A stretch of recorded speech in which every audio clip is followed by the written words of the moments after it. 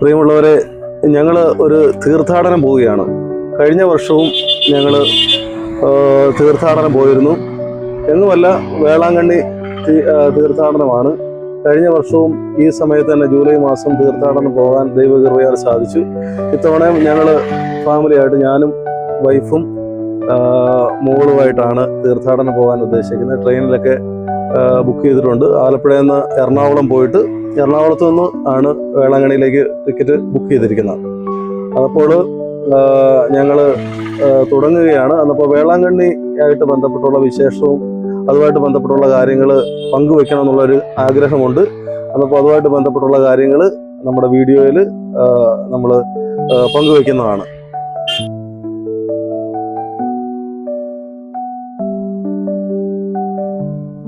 ഞങ്ങൾ ആലപ്പുഴ റെയിൽവേ സ്റ്റേഷനിലെത്തി. നമ്മുടെ ആലപ്പുഴ റെയിൽവേ സ്റ്റേഷൻ നേരത്തേക്കാളൊക്കെ നല്ല രീതിയിൽ നവീകരിച്ച് ഇപ്പം നല്ല അടിപൊളിയാണ് കേട്ടോ. എയർപോർട്ടിലൊക്കെ പോകുന്ന കണക്കുണ്ട് കണ്ടോ, അടിപൊളിയായി. 7:19 ട്രെയിൻ വെയിറ്റ് ചെയ്യാണ്. ആലപ്പുഴയിൽ നിന്നും ഞങ്ങൾ എറണാകുളത്തേക്കുള്ള ട്രെയിൻ കയറുകയാണ്. അത് ട്രെയിൻ എറണാകുളത്ത് ചെന്നിട്ട് എറണാകുളത്ത് നിന്ന് രാത്രി 10:25 ട്രെയിന്. അത് അടുത്ത ദിവസം നാഗപട്ടണത്ത് രാവിലെ 10:33 എന്നുള്ള സമയമാണ് ട്രെയിൻ ടിക്കറ്റ് കാണിച്ചേക്കുന്നത്. ഏകദേശം 10:30 അല്ല 10:30 കഴിഞ്ഞായിട്ടുള്ള സമയം കണ്ടാണ് ആ ട്രെയിൻ ചെല്ലുന്നത്. എറണാകുളം കാരക്കൽ എക്സ്പ്രസ് എന്ന് പറഞ്ഞ ട്രെയിനാണ് ട്രെയിനിൻ്റെ പേര്. ട്രെയിനിൻ്റെ നമ്പർ 16188 എന്നാണ്. അപ്പോൾ നമ്മളിപ്പോൾ നാഗപട്ടണത്തെത്തി. നാഗപട്ടണത്തിൽ നിന്ന് സ്പെഷ്യൽ ട്രെയിനിൽ കയറിയിരിക്കുകയാണ്.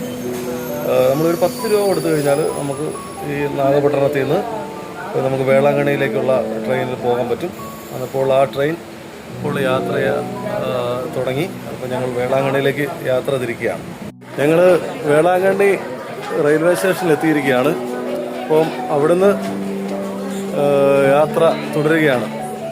ഇവിടെ വന്നു കഴിയുമ്പോൾ നിരവധിയായിട്ടിങ്ങനെ ഓട്ടോകൾ പുറത്ത് ഇങ്ങനെ വെയിറ്റ് ചെയ്ത് നിൽക്കുക കേട്ടോ. ആൾക്കാരെ വരുന്നവരെ കൊണ്ടുപോകാൻ വേണ്ടി ഓട്ടോകൾ ഇങ്ങനെ നിരന്ന് കിടക്കുകയാണ്. അപ്പോൾ നമ്മൾ റെയിൽവേ സ്റ്റേഷനിൽ നിന്ന് ഞങ്ങൾ റൂമിലോട്ടെത്തി. അപ്പം അതിന് തൊട്ടടുത്തായിട്ടുള്ള തന്നെ റൂമാണ്.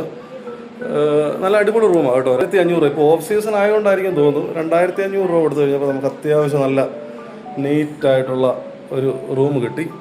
അടുത്ത മാസമൊക്കെ പെരുന്നാൾ തുടങ്ങുകയാണ്. അപ്പോൾ ആ സമയത്തൊക്കെ നമുക്ക് ഇതിൻ്റെ റേറ്റ് കൂടും. അതിപ്പം ഈ സമയത്ത് നമുക്ക് 2500 രൂപയ്ക്ക് നല്ല രീതിയിൽ താമസിക്കാനുള്ള AC ഒക്കെയുള്ള ഒരു റൂം കിട്ടിയിട്ടുണ്ട്. എന്തായാലും ലഞ്ചിന് ശേഷം അടുത്ത കുറച്ച് സ്ഥലങ്ങൾ കാണണം. അതിനുശേഷം വൈകുന്നേരം പള്ളിയിലേക്ക് പോകണം എന്നുള്ളതാണ് ആഗ്രഹം. എന്തായാലും ഞങ്ങളൊന്ന് റെഡിയാകാൻ പോകണം, ഫ്രഷ് ആകാൻ വേണ്ടി പോകണം. ഓക്കെ, നമ്മൾ ഫുഡ് കഴിക്കാൻ വേണ്ടി ഇറങ്ങിയതാണ്. അതപ്പം ഉച്ചയായില്ലേ, അന്നപ്പോൾ ഒരു മലയാളി ഫുഡ് കിട്ടുന്ന സ്ഥലം നോക്കുകയാണ്. അപ്പോൾ ഇവിടെ അടുത്തൊരു അച്ചായൻസ് ഹോട്ടലുണ്ടെന്ന് പറഞ്ഞു. അപ്പോൾ അങ്ങോട്ട് നടക്കുകയാണ്. അതുകൊണ്ട് അച്ചായൻസ് കണ്ടു, ഹോട്ടൽ കണ്ടു.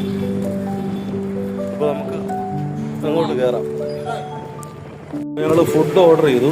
ഫുഡ് നമ്മുടെ ഇവിടെ വന്നു കഴിഞ്ഞാൽ സ്പെഷ്യലായിട്ട് കിട്ടുന്ന 2 അയില വറുത്തതും അയില കറിയുണ്ട്. അയില കറിയും ഞങ്ങൾ 2 മീൽസ് വാങ്ങിച്ചു. മോക്കൊരു ബിരിയാണി ഓർഡർ ചെയ്തു. ബിരിയാണിക്ക് വേണ്ടി വെയിറ്റ് ചെയ്യാം. അനുഗ്രഹിക്ക് ബിരിയാണി വന്നു. കുഴപ്പമില്ല, അത്യാവശ്യം നല്ല ബിരിയാണിയാണ്.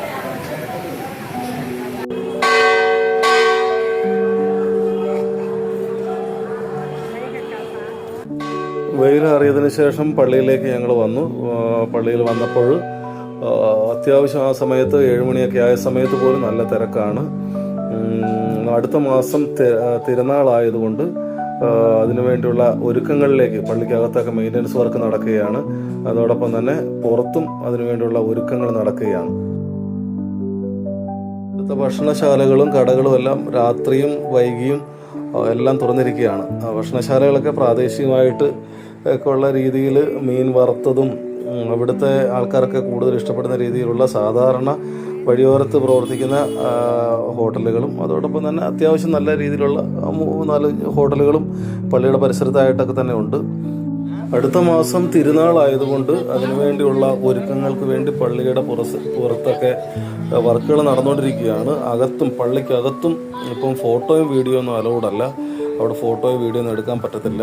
മാതാവിൻ്റെ രൂപം ഇരിക്കുന്ന സ്ഥലങ്ങളിലൊക്കെ അവിടെ കൃത്യമായിട്ടും ആൾക്കാരുണ്ട്. അവിടെ നമുക്ക് ഫോട്ടോയോ വീഡിയോ ഒന്നും എടുക്കാനുള്ള സൗകര്യമില്ല. പുറത്ത് കണ്ടോ ഈ വർക്കുകൾ നടന്നുകൊണ്ടിരിക്കുകയാണ്. അടുത്ത മാസത്തെ തിരുനാളിന് വേണ്ടിയുള്ള ഒരുക്കങ്ങൾക്ക് വേണ്ടിയുള്ള വർക്കുകളാണ് പുറത്ത് നടന്നുകൊണ്ടിരിക്കുന്നത്.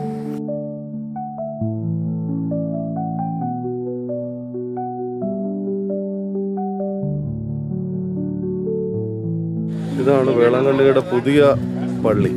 അപ്പോൾ പുതിയ പള്ളിയിൽ കുർബാനയൊക്കെ കഴിഞ്ഞ് ആൾക്കാർ ഇത് ഇറങ്ങുകയാണ്.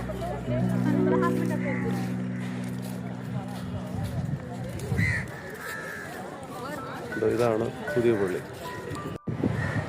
നമ്മളിപ്പോൾ പോകുന്നത് മോർണിംഗ് സ്റ്റാർ പള്ളിയിലേക്കാണ്. അവിടെ നമ്മൾ മലയാളികളായിട്ട് വരുന്ന നമുക്ക് മലയാളം കുർബാനയുണ്ട്, കർണാടകയിൽ നിന്ന് വരുന്നവർക്ക് കന്നഡ കുർബാനയുണ്ട്, ഏത് ലാംഗ്വേജിലും ഇംഗ്ലീഷ് കുർബാനയുണ്ട്. എല്ലാ കുർബാനയും ഇവിടെ അവൈലബിൾ ആണ്. അപ്പോൾ നമുക്ക് ഏറ്റവും ടൈം യോജിച്ചത് രാവിലത്തെ 9 മണിക്കത്തെ കുർബാന കൂടാനായിട്ടാണ്. മലയാളം കുർബാനയാണ്, ലാറ്റിൻ കുർബാനയാണ് ഇവിടെ നടക്കുന്നത്. നമുക്ക് കുർബാനയെ കൂട്ടിയിട്ട് കണ്ടോ പള്ളിയിലേക്ക് ആൾക്കാർ എത്തിക്കൊണ്ടിരിക്കുകയാണ്.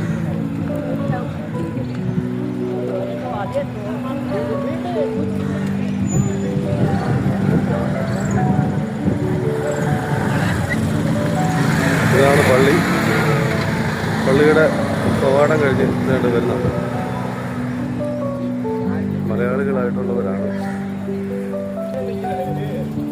മലയാളികളാണ് ഇപ്പം കൂടുതൽ രാവിലത്തെ കുർബാന കാണാൻ വേണ്ടി വന്നിട്ടുള്ളവരാണ്.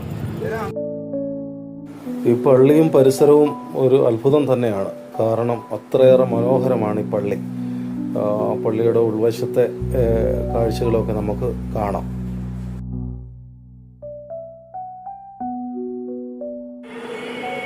പള്ളിയുടെ ഉൾവശമാണ് നമ്മൾ ഈ കാണുന്നത്.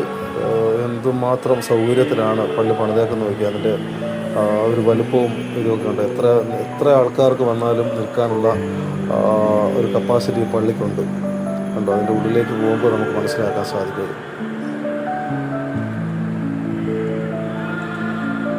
കുർബാന കഴിഞ്ഞതിന് ശേഷം മാതാവിനോട് പ്രാർത്ഥിക്കുന്നതിനും അതിനോടൊപ്പം തന്നെ അനുഗ്രഹം മേടിക്കുന്നതിന് വേണ്ടിയും നേർച്ചയൊക്കെ ഇടുന്നതിനും അതോടൊപ്പം തന്നെ മാതാവിൻ്റെ മുന്നിൽ നിന്ന് ഫോട്ടോയൊക്കെ എടുക്കുന്നതിന് വേണ്ടിയുള്ള തിരക്കാണിത് കാണുന്നത്. എന്തായാലും ഈ വർഷവും ഈ പറഞ്ഞ കണക്ക് വന്ന് മാതാവിൻ്റെ സന്നിധിയിൽ പ്രാർത്ഥിക്കുവാനും അത് കണക്കൊക്കെ ഇങ്ങനെ വരാനും ഭാഗ്യം ലഭിച്ചതൊക്കെ ഒരു വലിയ ഭാഗ്യമായിട്ട് തന്നെ കരുതുകയാണ്. ഇത് കണക്ക് ചെറുതും വലുതുമായിട്ടുള്ള നിരവധി പ്രാർത്ഥിക്കാനുള്ള നിരവധി സ്ഥലങ്ങൾ മാതാവിൻ്റെ രൂപവും ഒക്കെ ആയിട്ടുള്ള ചെറിയ ചെറിയ പള്ളികളുടെ പല ഭാഗങ്ങളിലായിട്ടും ഇത് കണക്ക് ഉണ്ട്.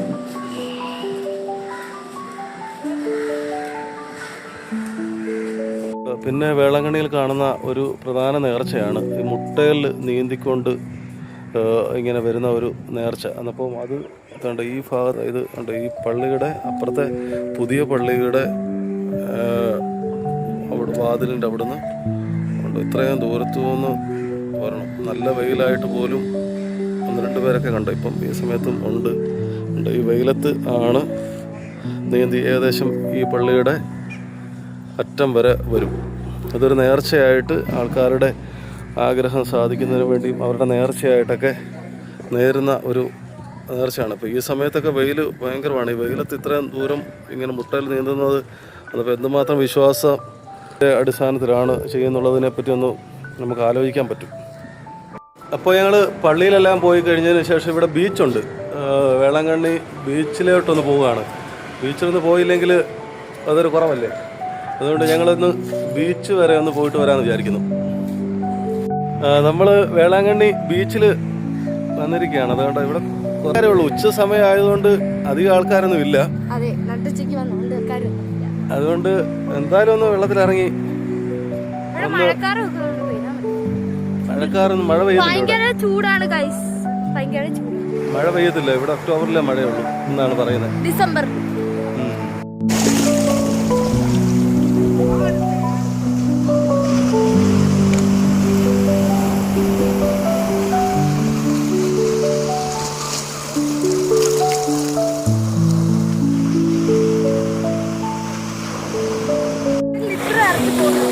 ഇത്ര ആദ്യമായിട്ടാണോ? കേട്ടോ, നല്ല തിര വരുന്നുണ്ട്. കൊള്ളാം. ഇച്ചിരി ചൂടുണ്ടെന്ന് പറഞ്ഞാലും രസമുണ്ടല്ലേ? അപ്പോൾ ഞങ്ങൾ തിരിച്ച് വേളാങ്കണ്ണിയിൽ നിന്ന് തിരിച്ചു പോവുകയാണ്. അപ്പോൾ നാഗപട്ടണത്തിലേക്ക് വൈകുന്നേരം 4:40 ട്രെയിനുണ്ട് വേളാങ്കണ്ണിയിൽ നിന്ന്. അപ്പോൾ ട്രെയിനിലെ ടിക്കറ്റൊക്കെ എടുത്തു. 3 ടിക്കറ്റ് 30 രൂപ. അപ്പോൾ അതെടുത്തു റെഡിയായിട്ട് നിൽക്കുകയാണ്. അപ്പോൾ നാഗപട്ടണത്തെത്തി. നാഗപട്ടണത്തിൽ നിന്നാണ് 5 മണി കഴിഞ്ഞായിട്ട് ട്രെയിൻ ഉള്ളത്, 5:15 അപ്പോൾ ട്രെയിനിലോട്ട് കയറുകയാണ്. 5:05 നാഗപട്ടണത്തിൽ നിന്ന് പുറപ്പെട്ട ട്രെയിൻ 6:45 ടിക്കറ്റിൽ കാണിച്ചിരുന്നത്. എന്നിരുന്നാലും 15 മിനിറ്റിൻ്റെ താമസം ട്രെയിൻ ഉണ്ടായി. എന്നാലും 7 മണിയായപ്പോൾ തന്നെ ട്രെയിൻ എറണാകുളത്ത് എത്തിയിട്ടുണ്ട്. അപ്പോൾ ഇവിടുന്ന് ഞങ്ങൾ പാസഞ്ചർ ട്രെയിൻ ടിക്കറ്റ് എടുത്തു. അത് 7:45 ഇവിടുന്ന് പുറപ്പെടും. അപ്പോൾ ആ ടിക്കറ്റ് എടുത്തുകൊണ്ട് അടുത്ത പ്ലാറ്റ്ഫോമിലോട്ട് പോവുകയാണ്.